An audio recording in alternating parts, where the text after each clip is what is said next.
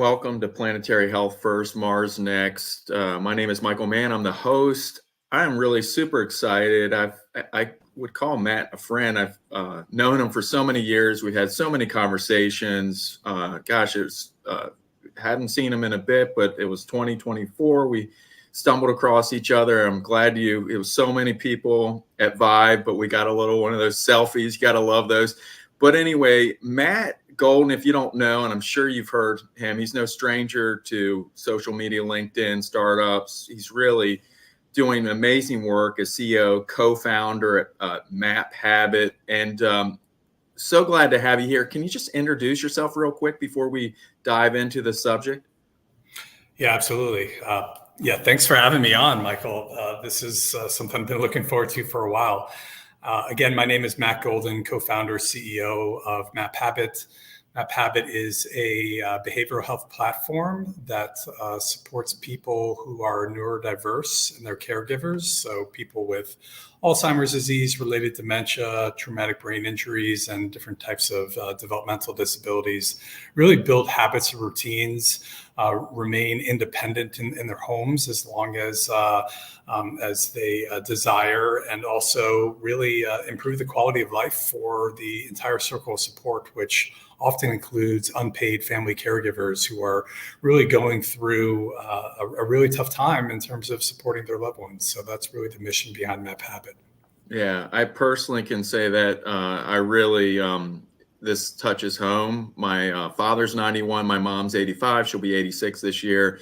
My dad was diagnosed with dementia. He's in hospice, and gosh, the caregiver support is so needed. So many solutions that are needed. It's just an ever-ending battle. Thank goodness we have some good support. Hospice has been an amazing experience, but love what you're doing, and really your product. You've really continued to drive deep on that caregiver, that journey, and really supporting. So, but today we're really going to dive deep on non-dilutive fundraising options. And I know when we were talking many years in the back, I know I believe, successfully got some great grants, great opportunities. You want to just discuss a little bit of that background? Yeah, of course. So I was really fortunate to start Maphabit with a neuroscientist, Dr. Stuart Zola. He has dedicated his life to understanding how the brain changes over time, specifically with neurodegenerative diseases like Alzheimer's disease. And he has had a very successful career in clinical research, and as part of clinical research, obtaining federal funds from grants. Specifically, the National Institute on Aging and the SBIR program are areas that Maphabit has really been able to capitalize on. So we started the company with really the idea that there are more than one memory system in the brain that help people build habits and routines. And we felt that this one meets an unmet need in society, where a lot of the times the drugs that you're seeing that come to market, such as some of these new Alzheimer's drugs, from Eli Lilly and Biogen, Eisai, they're absolutely phenomenal. They really help people in mild cognitive impairment and really early stage dementia, stave off some of the the disease pathology that leads to issues with cognition and issues with remaining independent and establishing those habits and routines. But what we came up with here at Maphabit was there's that memory system, your everyday memory system for consciously recalling facts and information. That's the part that unfortunately gets tangled in the amyloid beta plaques and whatnot. But there's another memory system called your habit system. This is your procedural memory. This is your muscle memory of the brain that you don't actually have to think about. You just do it over and over because you're repeating the same activities. So our hypothesis was maybe we can build this neuroscience-based solution that taps the spared region of the brain that no one else is going after, And let's say we pitch this to the federal government as really a paradigm shift in terms of how people can, build these habits and routines when every other method has failed. So we basically came up with a concept. Stu had wrote many grants before. I hadn't. Totally new to that world. And in 2018, the year we founded, we started down this journey of applying for National Institute on Aging SBIR programs. And we started out going for a September deadline. We didn't get all our paperwork done in time with the setup, and technically we couldn't even submit the application that we worked on. So we waited until January and submitted it. And fortunately, after a resubmission in that February, we were able to get our first award in in April of 2019. So that was our first grant, and that led to many, many other opportunities that we talk about. How many grants in all have you completed? Yeah, so we have 2 parent awards. So the way that these awards work is you typically apply for a phase 1. Our phase 1 was creating this, this habit building interface that allows people to sequence together step by step their daily routines and make that very customizable to the environment that they're in. So the first grant we got was a phase 1. It was kind of a feasibility study to build out the solution and do some very basic research. Then we got a phase 2 to actually build a clinical trial and do a randomized control study, and also do a full R&D build out based on that initial prototype. And then we fortunately have gotten a phase 3, or what's called a commercialization readiness pilot, that really helps position the company to commercialize the program. So the phase 1 is typically 1 year, a phase 2 is a 2-year, and then this phase 3 is a 3-year. So we're in that first year, the 3rd year. So we have that one track from phase 1 through 3 on that one grant that focuses on building this platform for an individual to self-direct their care. And then we have another track that's focused on family caregivers and this very structured but highly personalized caregiving training program that we have a separate parent award that we are also eligible for that phase 1, 2, and 3. So awesome. Two main parent awards, but we have multiple competitive awards that we've earned along the way. And what is that through? Is that through the SBIR? What organization?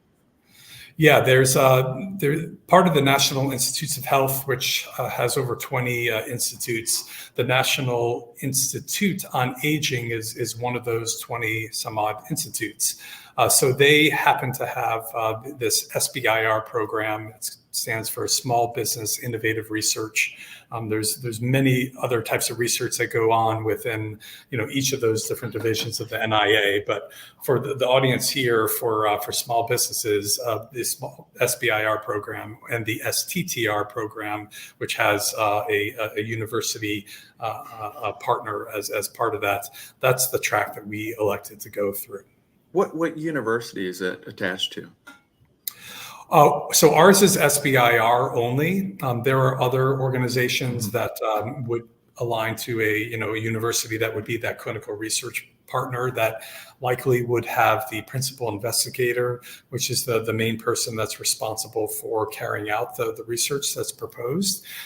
So a lot of your top academic universities will have a research component arm as well, and then small businesses can kind of bolt onto that rigor, bolt onto that prestige and the access to human subjects, and then basically build and test and deploy their innovation alongside the university. So one of the thought, with what you're doing, this is so valuable to founders. You're what year are you in? You're like 7 or I forget. You've really gotten far along. It's huge. Every data point you go farther, it's great. How many years are you in? Thanks, Michael. It's been a labor of love and not at all a straight line. We're in year 6 right now. Okay. And we're fortunate to have over the course of the 6 years, be awarded about $10 million worth of this non-dilutive funding. So if Wow. you're persistent, and if it's based on sound science and you really develop a compelling application that can stand out above the rest, it can replace a seed, a pre-seed, maybe even a Series A, if you are able to be patient and know that it's out of your control. If it's going to be awarded, it's out of your control when the award will come. So if you can persevere in that time in between, it's a great supplement to other types of external investor raises. And what I love about what I'm hearing is there's so much money. We have a huge country of all the institutes, and the ROI, I would imagine, like, they need to just, like, there's no better way to support business than what they're doing, and then to support our citizenry, so that $10 million is being actualized to where they would never know what the heck to do with it. So it seems to me, the ROI and everything. So that's awesome. What could you say to a founder? Because I know I really try to create a really robust platform where VCs get value, all across healthcare leaders get value. I know I constantly hear your pitch deck is the beginning of a founder story, getting that pitch deck right, but also that whatever you want to call it, the assets when you show that VC, like whether it be your financials, those quick, forgive me, what do they call that? What they want to see, that your data points where you share to a VC firm, your files. But what would that look like? These files, if you could accelerate getting ready for these grants. I mean, it must be arduous, just as much getting investment from VC, even worse, probably. It's different. I don't know that the time involved is that much more or less. I think some people think that applying for a grant, you can maybe work on it the week before and submit it and hope for the best. That's not going to work. You need to line up your collaborators. You need to come up with a very thought out strategy. If you're doing clinical research, especially involving human subjects, there's a lot of protections, a lot of different kinds of planning around gender, ethnicities, and different type of neuropsychological batteries. You have to design the studies for statistical power, so that really the goal of the Small Business Innovative Research Program is to have publishable research that could then help propel the company for commercial opportunities, as well as contribution to overall science. So there is a whole data room, like you might have. Yeah, that's what I was trying to say. Data room is what I was looking. Thank you.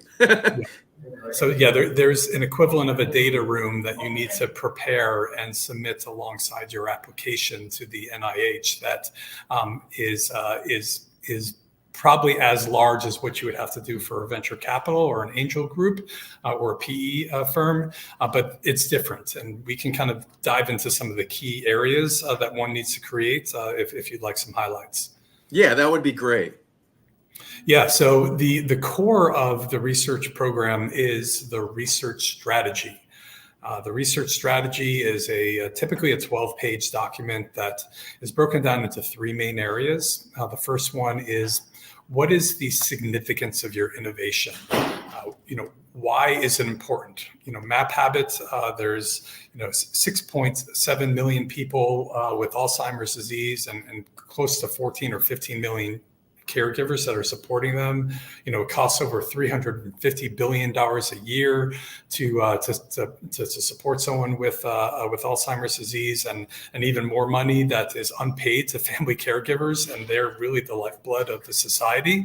But unfortunately, the disease is very specific, and there's no one size fits all, and it becomes a huge burden on the family caregiver to support people with dementia.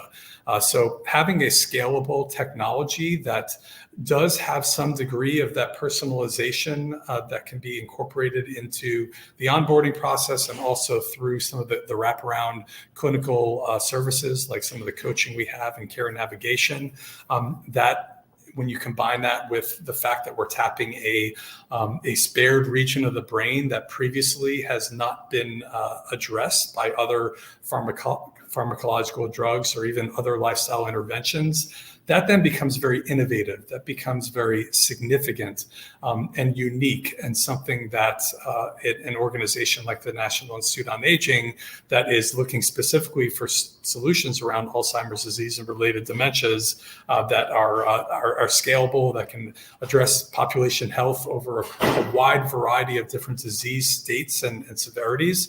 Those are the kind of significance that they're looking for applications.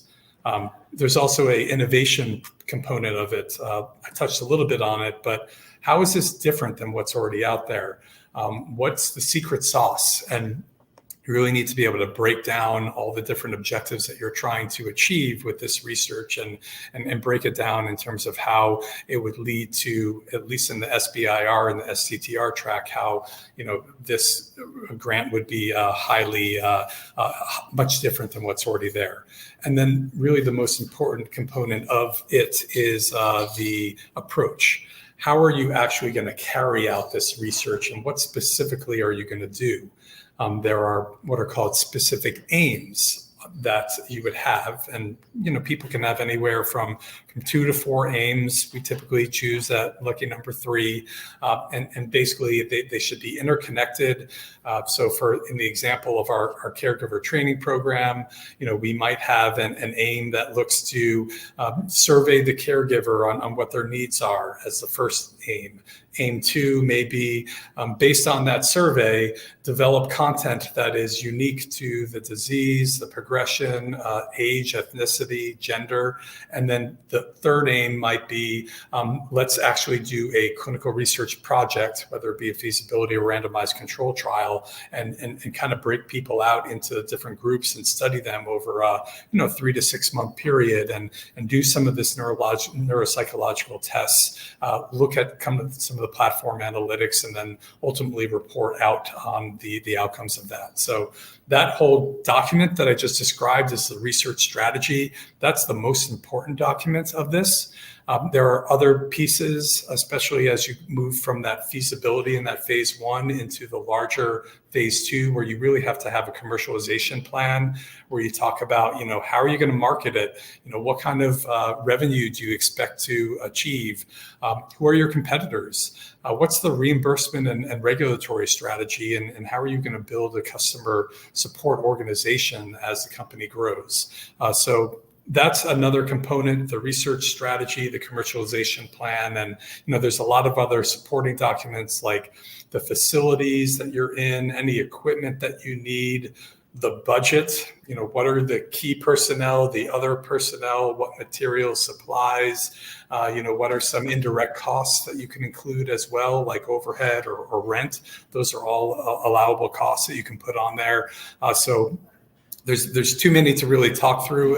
In addition, human subject protection, how are you going to focus on diversity and some areas that really have a higher incidence of dementia in our case. So there's a methodology you need to follow, and different sections you need to prepare, that all becomes part of this data room or this application that you submit.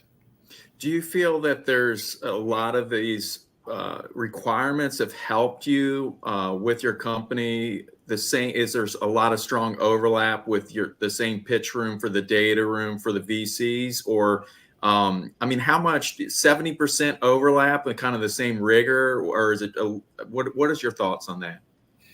Yeah, so there is some overlap, but there are very different motivations for non-dilutive funding. Non-dilutive funding is really all about building innovations that will support an unmet need that institute has been funded by our taxpayer dollars to solve. They're not looking specifically for, what is your churn rate right now? What is your annual recurring revenue, or how much cash runway do you have left?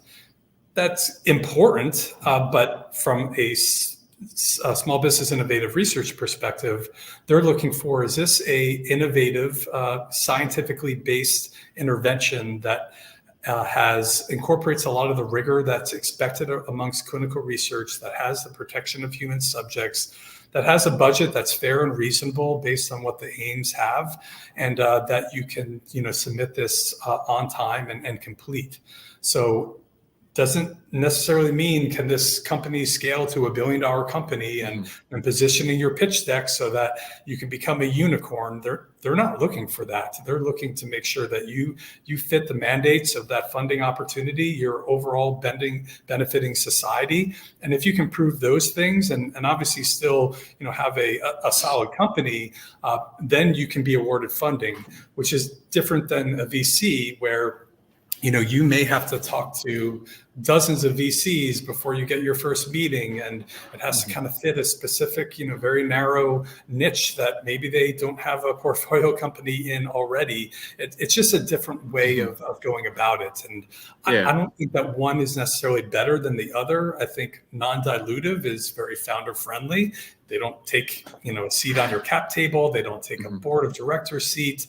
You do have to share your milestones and your progress report.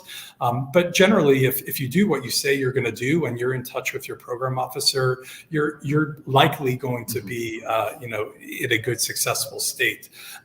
For a VC, however, there's really no standard evaluation criteria. It's all based on what that specific company wants. So they are different in a lot of ways. Do you find in your process of growing your company as a founder that there are some venture groups that really are pro what you've done? It seems like you're giving yourself a nice moat, a good data points. Have you found them open to that? I know you've really well differentiated the difference between the two, but how about founders that are really excited when you say, hey, we've done these, we've been part of this and that, of grants? Yeah, I mean, certainly it insulates the startup for dilution, future dilution. The fact you have this recurring income stream that you can tap into, and once you're funded once, the likelihood of you getting follow-on funds goes up.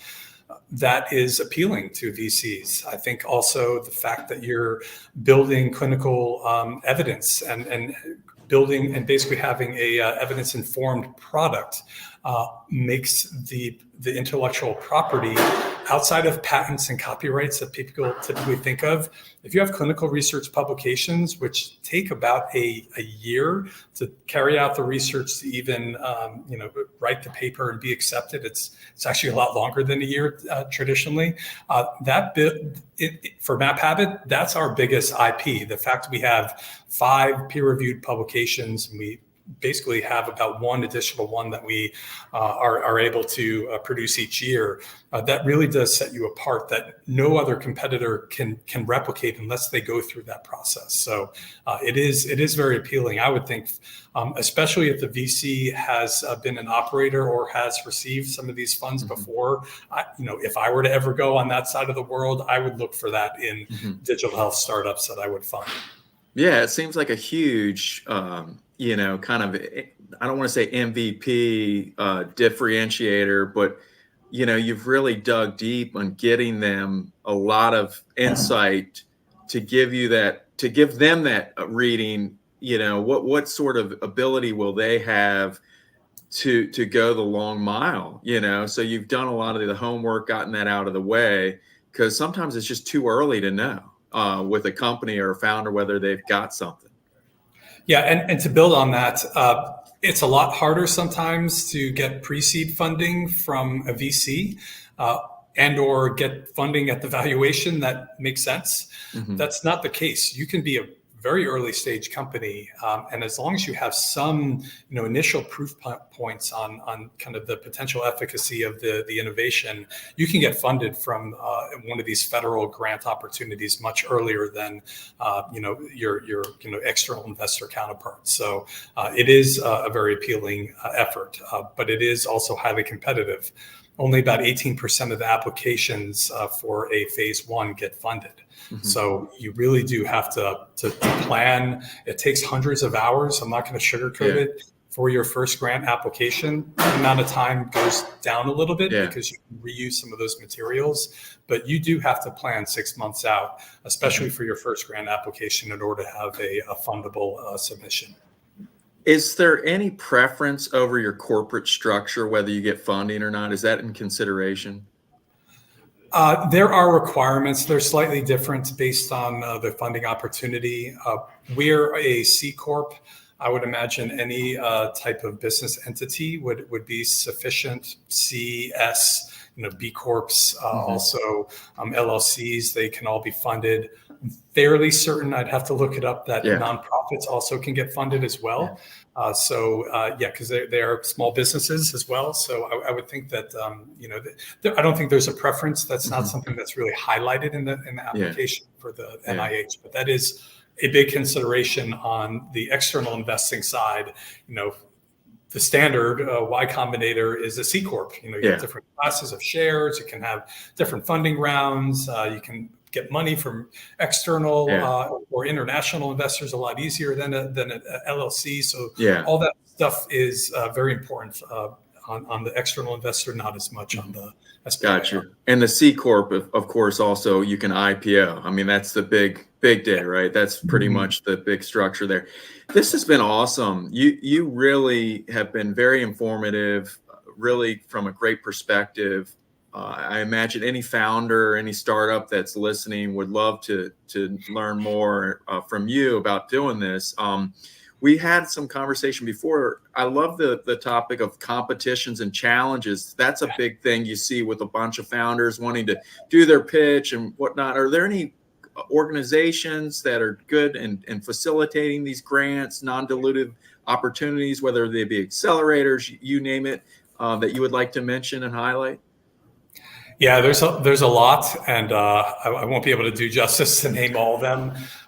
One of them, the National Institute on Aging, does have this Eureka Prize, or this eye care challenge every once in a while. That was actually the first award that we received. It was a dementia kind of care coordination challenge that is different than a grant, because it's basically prize money that you receive as opposed to needing to carry out clinical research.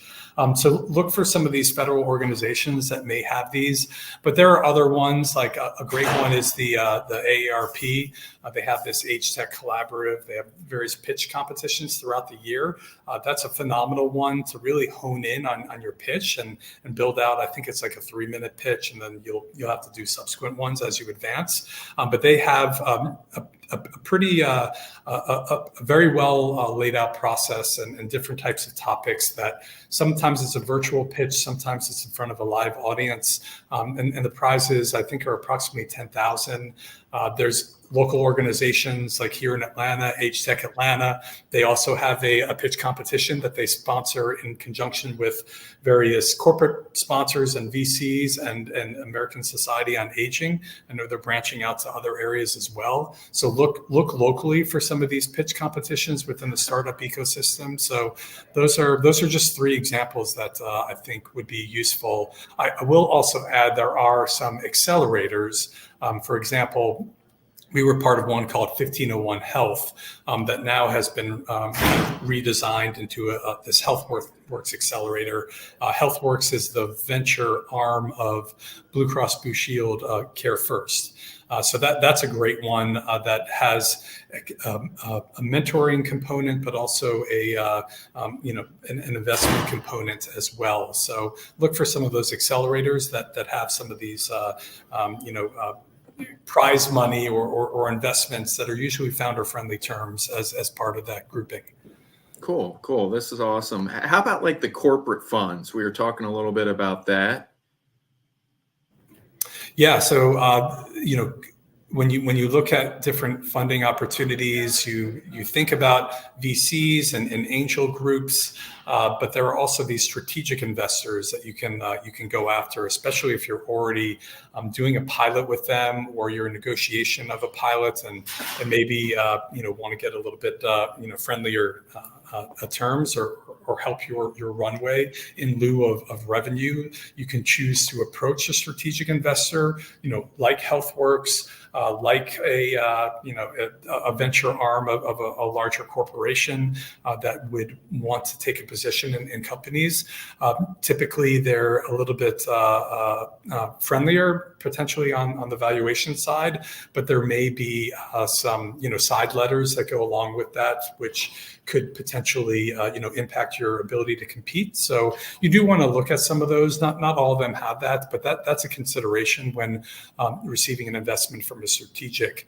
I personally think the strategic option is a great way to really get linked in for a very long period of time with a large health insurance company or payer that can potentially help scale your solution. So like CVS Ventures is the venture arm of CVS Aetna. So that could be another example of a health insurance company that does have a venture arm that could be accretive to a company's growth. As we're here talking, kind of coming towards the latter part of our conversation, are there any talking points that have really been building up in your mind that you think are really important that we should talk about as we're finishing? Yeah, well, I think if this is your first time even considering federal funding, and you do have the interest to move forward, there are, at least with the NIH and specifically the National Institute on Aging, there's something called Applicant Assistance Program. So the NIA actually has this, I think it's about a 12-week process where if you go in early enough, for example, they just closed the application cycle in July or August for doing this 12-week program to get you ready for a January 2025 submission. They will walk you through all of those sections that I talked about, the research strategy, the specific aims, the commercialization plan, the budget, and really help you with how to put that together. I personally have not went through that because my co-founder had all that experience and I was learning through osmosis throughout the process. But those that don't have that benefit of someone on their team, it's a great way of learning the ropes.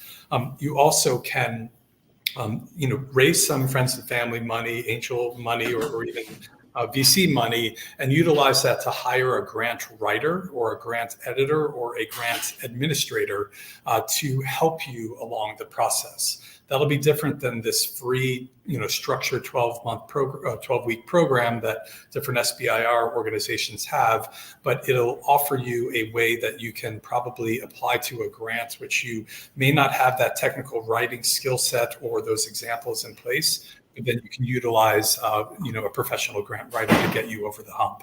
So there's a number of really good organizations that are out there that you can leverage.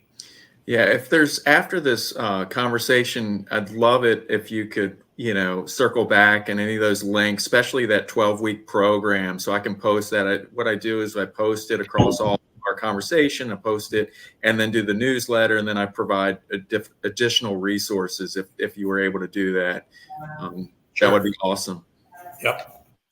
All right. Well, anyway, Matt, it's been awesome having you on, and is there anything else you'd like to share about yourself while you're here? Anything new that you're working on? We're so lucky to have you. I really also just want to also give you a shout out because I am dealing with a loved one. Really it's more about supporting my mother. She's too old and it's too much to put on shoes to help my dad up and, to get him to the shower and all those sort of, all that really heavy, intensive needs that happen. And so very few people know that caregiver burden, that caregiver journey, all those challenges. So I know you're digging deep into that. So I really thank you so much. And for all that, because it's not just about having a caregiver or getting that, we're lucky and fortunate to have someone through a long-term care policy, 20 years that was written.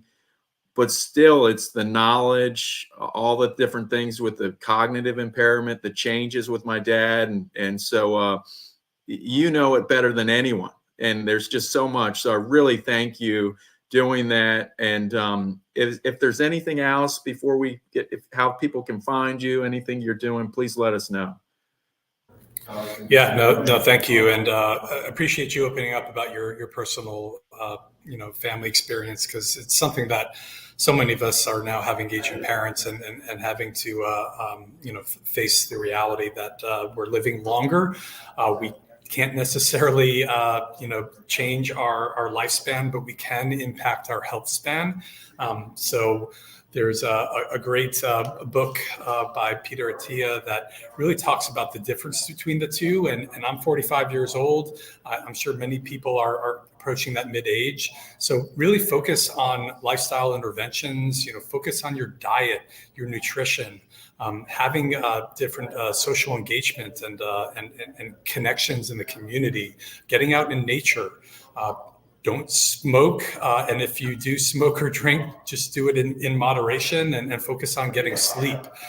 So at least from, a public service announcement, I think there's been a bunch of recent research on the finger study. And there's another one where anywhere up to about 50% of the cases of dementia can be prevented, or at least pushed out much further into the disease if you do some of these lifestyle interventions. So, those are some of the things we talk about with Maphabit, and we coach caregivers on things that they can do for self-care. But, just for anyone that's watching, there's no magic drug for these things, but you can change your trajectory if you start early enough. Awesome. Well, Matt, it's been awesome having you on. I really appreciate it. And we'll get, for those who are listening, we'll get the resources up there and look forward to broadcasting this. And it's been awesome.